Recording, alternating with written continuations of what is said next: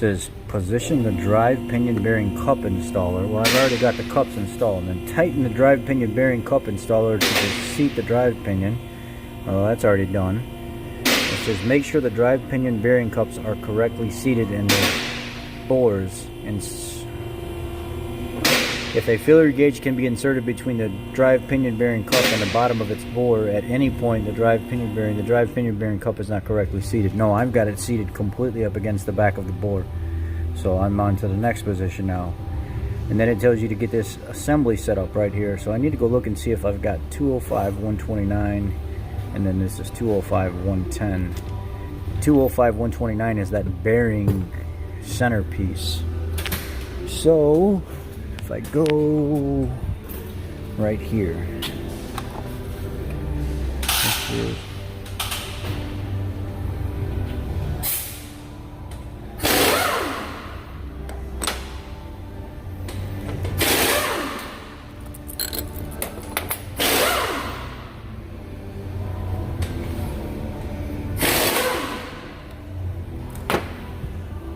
let's go look in the case where it came from.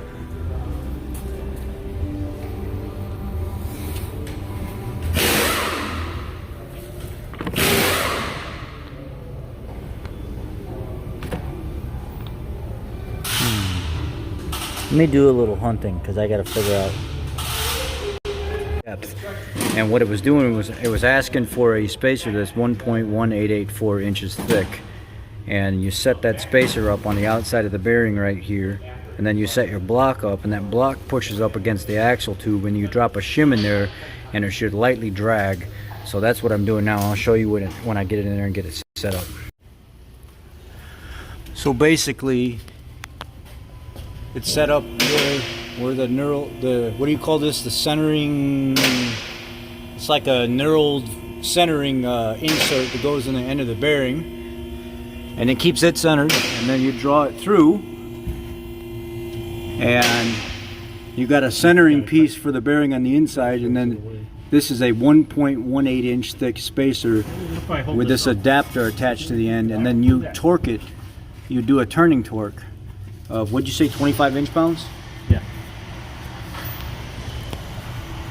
And the easiest way to do that is with the type of torque wrench he's using. And then he's got a manual, like old school Needle. just a needle torque wrench that you turn 20, just like he's doing right now. What's that? That was 25. Was it? Yep, 25. And then you just turn it till you get 25 inch-pounds. And then with it set, you get it to turn around until that can push up against the axle tube that goes in here. It's too loose.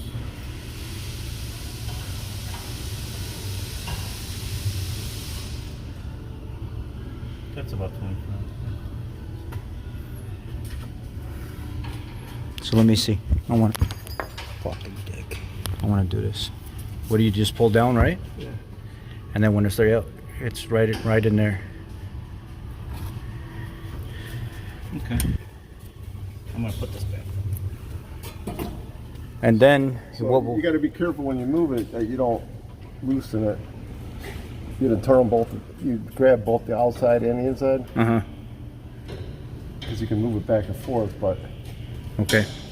So now you're gonna bolt the tube up, and you're gonna put your shim back here, and it's gonna. You gotta make sure you get the right depth. It's gonna have the right depth for your pinion. Okay, so then we'll get the tube set up and get it torqued, and then we'll go to the gasket or the spacer set, and then do it from there. So I've got my tube, my axle tube, put in there. This is just a tool to set your actual shim. It's gonna fit in between those two. That's how you set your pinion depth. So I've got this in here, and I'm gonna go ahead and torque these cap bolts down to 80 foot-pounds, and then I'm gonna check my shim depth.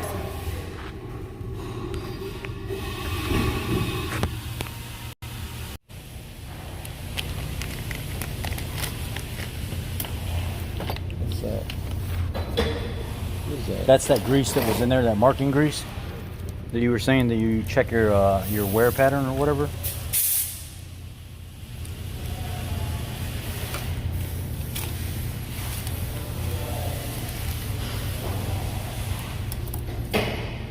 Not too many in here.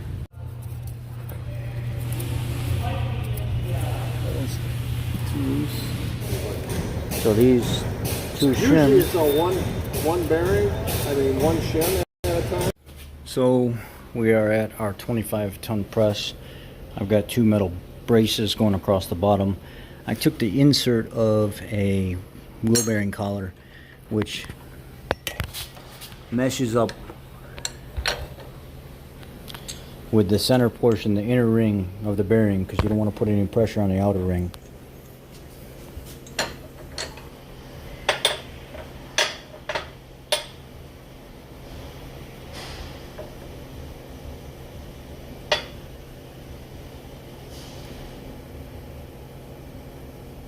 Let's see, I don't know how much I'll get out of that. That might work.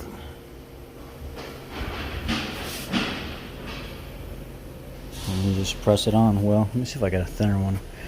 Wish I got a thin one right there.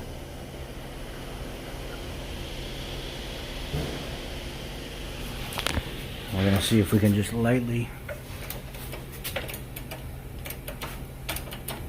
All right. I just got a real light coating of oil around it. So I figured out what was going on. I had this in too close and it was catching one of the ridges.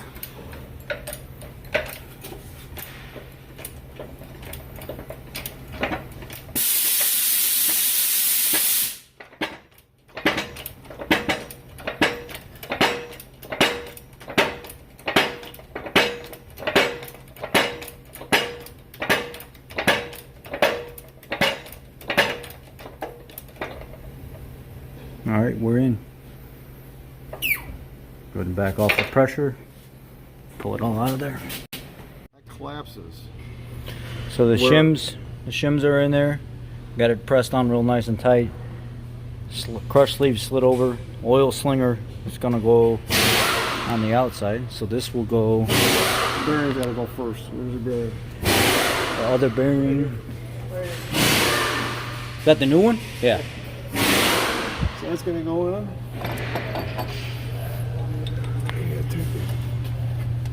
Then you can tap your bearing in on the pinion.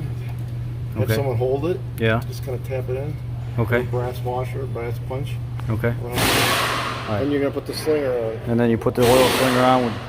You got a brass punch? Yeah. I mean, Ed left it. So I just put the oil slinger on there. Now the seal. Where's your flange? It's over here. Right there.